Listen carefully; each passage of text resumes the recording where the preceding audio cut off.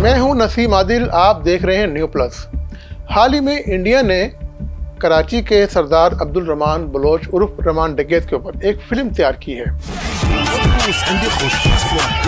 सरदार Abdul Rahman Bloch उर्फ रहमान डकैत बिलाखिर कौन था, वो कराची में कहाँ पैदा हुआ और वो रहमान डकैत कैसे बना, ये आज हम आपको बताएंगे। रहमान डकैत लियारी की अफशानी गली में एक दादल हाउस जो आज भी कायम है, वहाँ पे पैदा हुआ था।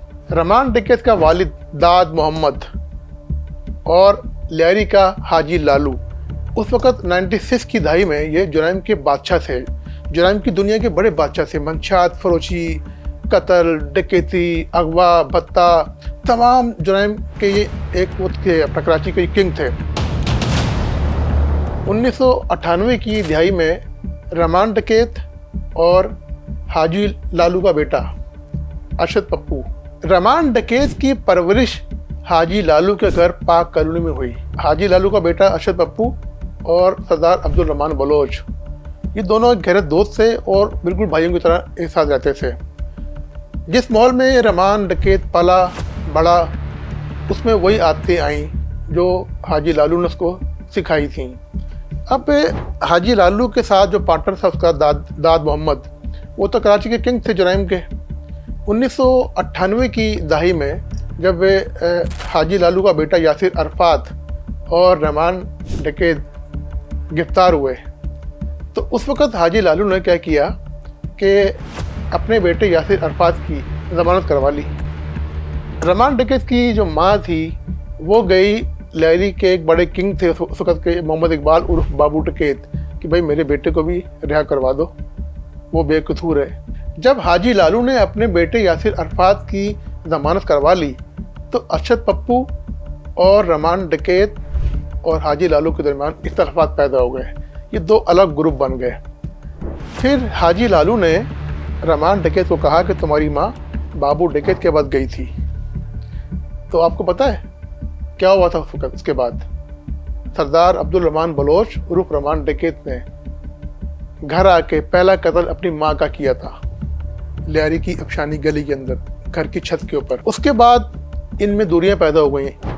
रहमान डकैत अलग ग्रुप हो गया, हाजी लालू गिरफ्तार होकर जेल चला गया और उसकी कमान उसके बेटे अरशद पप्पू ने संभाल ली। हाजी लालू कई साल जेल में रहा और जेल में ही मर गया। लेकिन अरशद पप्पू लियारी में बैठ के और पाक कॉलोनी में बैठ के, और रहमान डकैत लियारी अफशानी गली में बैठ के अपना गैंग चलाते थे। दोनों में एक गैंग वार शुरू हो गई। कई लोग इसमें मारे गए, हज़ारों लोग मारे गए, ठीक है, अगवा हुए।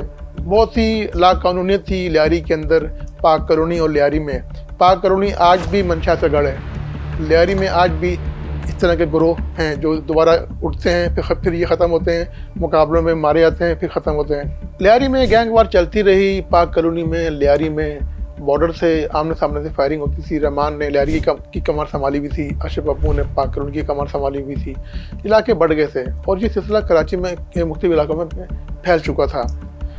2006 की दिहाई में जब लियारी कराची में एक लियारी टास्क फोर्स थी जिसकी सरबराही शहीद चौधरी असलम के सुपर थी, उनकी पूरी टीम थी। उन्होंने कोयटा से रहमान डकैत को गिरफ्तार किया था और जब कराची लेके आए थे तो एक लॉकअप के अंदर एक मुलजिम था माशूक बुरई, वो चौधरी असलम और उनकी टीम की हिरासत में मारा गया था। उसके बाद चौधरी असलम और उनकी पूरी पुलिस टीम गिरफ्तार हो गई और जेल चली गई। चौधरी असलम को खार थी कि यार कि मैंने रहमान डकैत को गिरफ्तार किया, और लेकिन इसमें एक दिलचस्प बात यह है कि रहमान डकैत को अनऑफिशियली जब अपना कोयटा से लाया गया था गिरफ्तार करके, तो वो कुछ अरसे के बाद ही एक पुलिस अफसर के घर से फ़रार हो गया या फ़रार करवा दिया गया। अब जब चौधरी असलम कुछ अरसे बाद दोबारा जेल से बाहर आए, उनकी पूरी टीम बाहर आई, तो उनको ये गुस्सा था ये रहमान डकैत कैसे मिस हो गया उनके अपने ही एक पुलिस अफसर के घर से। उसके बाद चौधरी असलम ने उनको इत्तला मिली कि रहमान सरदार अब्दुल रहमान बलोच उर्फ रहमान डकैत गडाब के इलाके सुपर हाईवे के करीब कहीं से उसकी आमद है। पुलिस पार्टी ने वहाँ पे नाका लगाया है।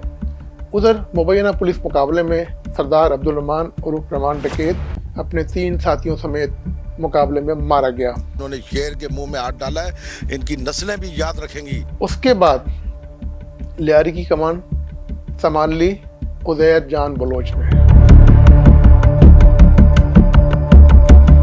अच्छा, यहाँ पे एक अहम बात यह है कि हाजी लालू ने पाक करूनी में एक वेलफेयर कायम कर रखी थी, एक फलाह बहबूद के नाम पे अवाम की खिदमत करना या राशन देना। इसी तरह से दाद मोहम्मद जो रहमान सरदार अब्दुल रहमान के जो वालिद थे, उन्होंने लियारी में भी एक अपनी वेलफेयर वहाँ पे एक वेलफेयर वहाँ पे कायम कर रखी थी। तो वहाँ पे वो अवाम की खिदमत के काम भी करते थे और इसलिए वो लियारी में सरदार अब्दुल रहमान बलोच के नाम से जाने जाते थे। पुलिस की बुक में उनका नाम रहमान डकैत था, लेकिन इलाके लियारी में वो एक मोदिस शख्स से जाते थे। फिर कुछ यूँ हुआ कि हाजी लालू पे हाथ रख दिया एक सियासी जमात के कुछ लोगों ने, और अशरफ पप्पू के ऊपर जो हाजी लालू का बेटा था, अब रहमान डकैत पे हाथ रख दिया एक और सियासी जमात के लोगों ने। तो ये एक अलग कहानी है। फिर कराची में शुरू होती है गैंगवार, लियारी गैंगवार। एक तरफ रहमान डकैत, एक तरफ अशरफ पप्पू।